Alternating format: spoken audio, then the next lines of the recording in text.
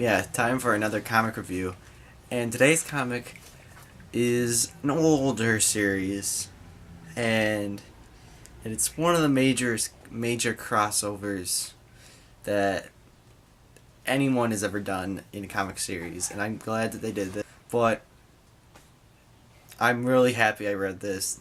I have a lot of good to say about this series. But today's series is The Secret Wars. Marvel's Secret Wars. Now, I got this deluxe edition. This is like a really big edition. They give you info before the book and how all the heroes got to this battle world. That's what they call the planet that they're on. And what happened after, how it changed it. And this changes a lot of everything. Now, let me give you a little backstory about how this all started. Mattel wanted to do a new line of Marvel toys, and they wanted to do a crossover of comics too. So Marvel thought, why not make a good crossover to go along with the toys? Unfortunately, the toys didn't do so well in the market. This, on the other hand, did really good. And yeah, this is good. The story is pure simple, and it's that good simple that you love. The Beyonder, this everything, that's what he calls himself. He says he's everything of everything. Transports a bunch of heroes, about 20 heroes. You got Captain America, you got Spider-Man, you got Thing, you got Hulk, you got Miss Marvel, you got Iron Man, you got Thor, you got all these characters. And they have to fight a bunch of villains, and the Beyonder says, fight, and whoever kills each other first, basically, wins. Now, of course, heroes won't kill their villains, because that's just wrong of them. But the villains, on the other hand, might just want to kill the heroes. Then again, they're villains. What else do they want to do? But the story always keeps you going. You want to keep reading. It's so intriguing of what the characters... Every character gets a spotlight, too. There are no characters that get left out. Sure, not all the characters are on the cover, but 15 of the 21 characters are in here. And I say 21 because later in a book, a new character is introduced to the Marvel series, which is really cool.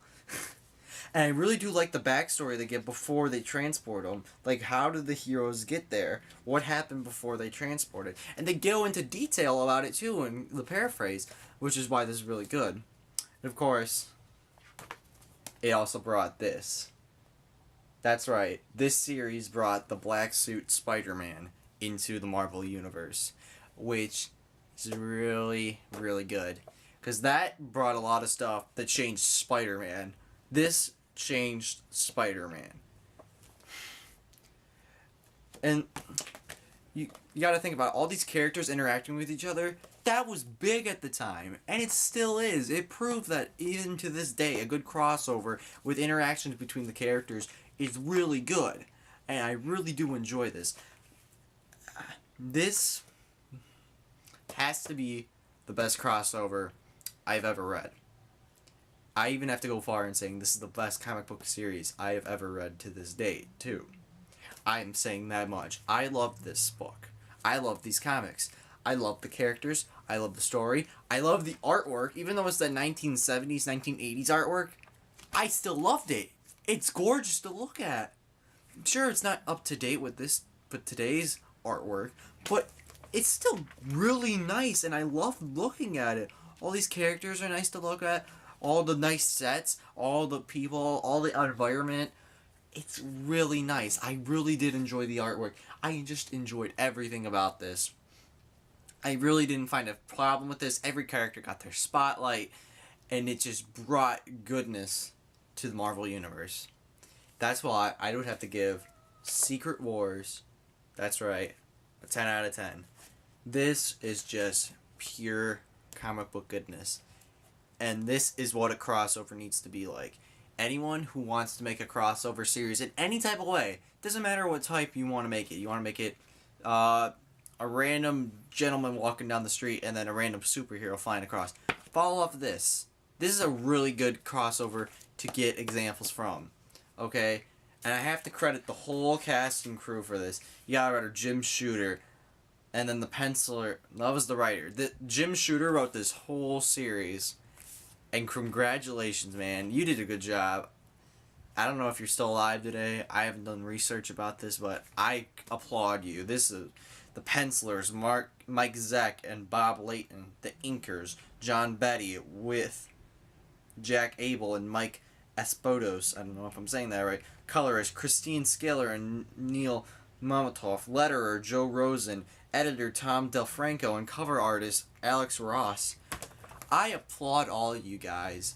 You guys made this amazing. All of you.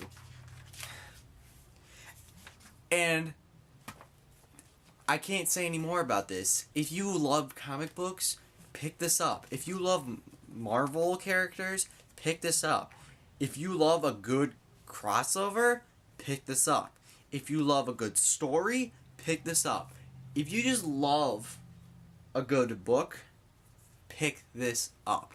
I cannot suggest this anymore. This is the comic book and for all the comic books I've read, this compares to, of all the comic books I own right now, this compares to The Long Halloween for me. The Long Halloween, I would give a 10 out of 10. And I'll do a review for that in the future date sometime, but that compares up to this. And that's just a single story. 10 out of 10, Secret Wars. Definitely read this. This is the comic book series. This is the comic book crossover.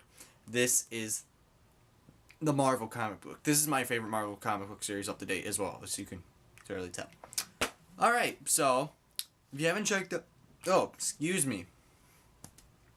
Excuse my... If you haven't checked out already, I've already put up a couple of comic reviews. I'm going to put some links around the screen. I have not put up a podcast this week, only because PAX is going on this week, and I don't have enough information for a lot of like the video games, movies, and comic books this week. So next week will be a PAX-filled video game. Movies will definitely get a lot more, and then comic books will definitely have a lot more too. So until then, guys, gotta pick this up. Alright? Thank you for watching, and I will talk to you guys later. By the way, get this.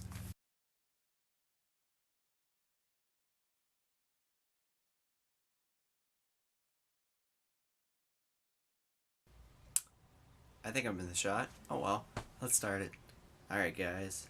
Hey. Hi, Joker. Hey, my belly. But, hi, Batman. And paper. You see, Hasbro, I think that's who was doing the toys. That's... No, Mattel. Okay.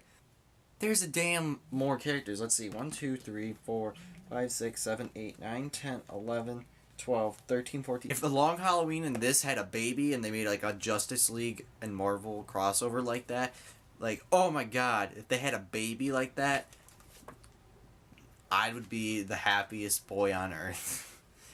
I would just be super happy. And sure, there might be a crossover out there that has that, but I haven't discovered it yet. If someone can find that for me, I will love you to death. But yeah.